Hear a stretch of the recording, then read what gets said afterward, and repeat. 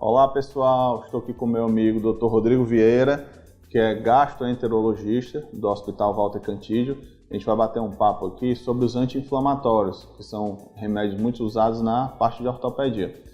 Dr. Rodrigo Vieira, me fale um pouco do trato gastrointestinal e da relação deles, dos anti-inflamatórios com o trato gastrointestinal.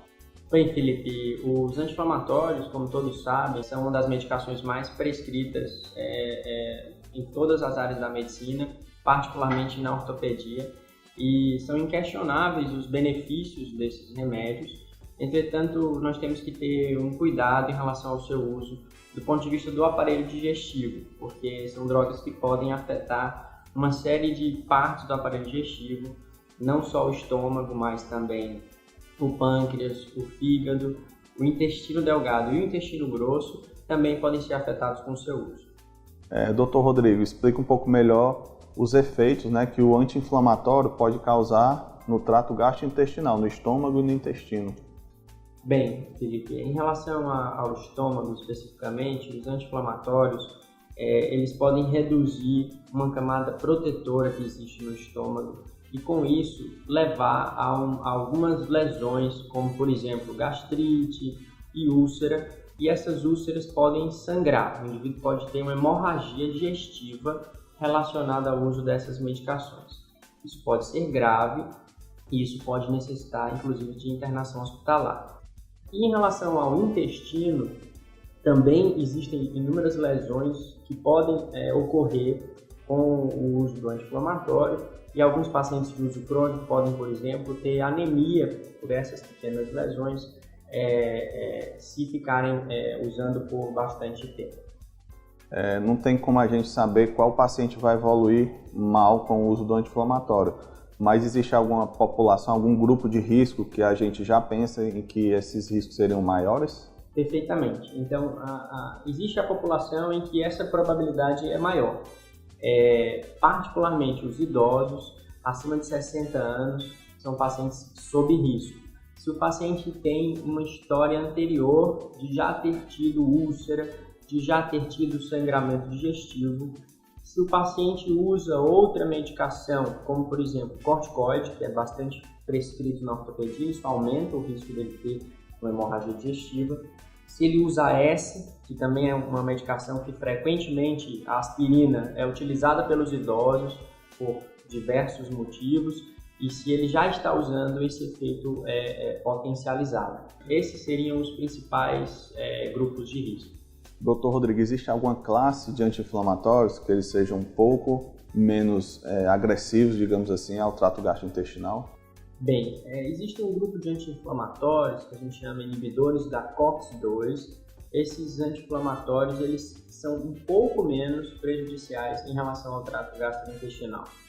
Entretanto, esses anti-inflamatórios atualmente são prescritos com receita apenas de controle especial em função dos seus potenciais riscos cardíacos. Se o paciente tem um antecedente, já teve ou tem uma doença no coração, essas medicações devem ser prescritas com cautela. Então, na hora da decisão de prescrever um tipo ou outro de anti-inflamatório, vai depender se o risco do paciente é mais importante o risco cardíaco ou o risco de ter uma hemorragia digestiva, por exemplo. Nos casos em que o paciente está com dor, está com alguma inflamação, que realmente ele precisa de uma medicação e que ele por algum motivo tem uma contraindicação ao uso do anti-inflamatório, existe alguma classe de medicamentos que esses pacientes possam usar? Existem vários medicamentos que podem ser utilizados para abordar a dor, e particularmente assim, se o objetivo for só o controle da dor e se for um paciente de alto risco, o ideal é que você realmente não utilize os anti-inflamatórios. Por exemplo, os analgésicos comuns podem ser utilizados, paracetamol, dipirona.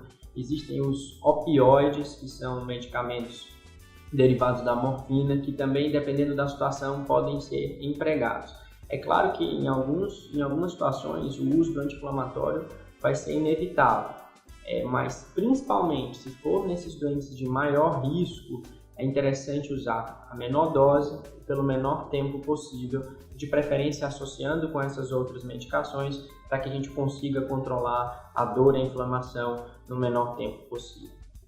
Doutor Rodrigo, aquele paciente que já chega no seu consultório devido a um problema gerado pelo anti-inflamatório, como é que funciona a parte de tratamento? Você pede algum exame específico e depois do exame você pensa em como agir? Como é que funciona mais ou menos a chegada do paciente ao teu consultório, já com um problema?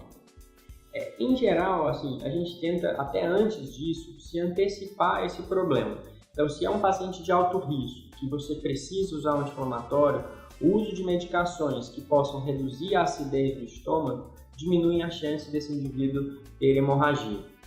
Por exemplo, o omeprazol, o lansoprazol, pantoprazol são remédios que podem ser utilizados para controlar a acidez e diminuir a chance do sangramento. Caso o paciente já esteja previsto que haja uma necessidade desse paciente usar a medicação a longo prazo, é interessante ele ser avaliado do ponto de vista gastrointestinal antes do uso, até porque algumas outras situações, como por exemplo a infecção pelo H. pylori, o Helicobacter pylori, que é uma bactéria muito frequente, se ela estiver presente e o indivíduo usar anti-inflamatório, o risco de complicação é maior. Então, naquele paciente que você já sabe que vai utilizar a medicação por muito tempo e ele tem H. pylori, é interessante que você trate o H. pylori antes desse uso. Uma vez que já aconteceu o problema, a gente muitas vezes necessita de avaliação por endoscopia digestiva para avaliar as complicações do estômago relacionadas ao anti-inflamatório.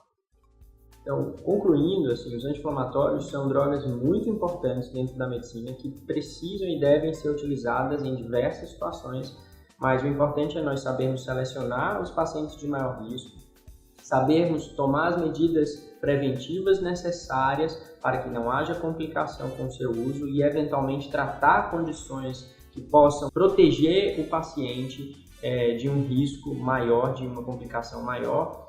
E se for usado de forma racional e se for acompanhado pelo médico, prescrito por médico e não utilizado como muitas vezes acontece na prática, que as pessoas ficam usando diclofenaco ou outros anti-inflamatórios sem prescrição médica, eu acho que esse talvez seja o principal problema, é o uso indevido, o uso sem acompanhamento médico.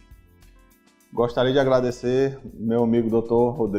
Rodrigo Vieira, gastro. Foi uma conversa bem interessante sobre os efeitos dos anti-inflamatórios. Quem assistiu viu que foi bem completo.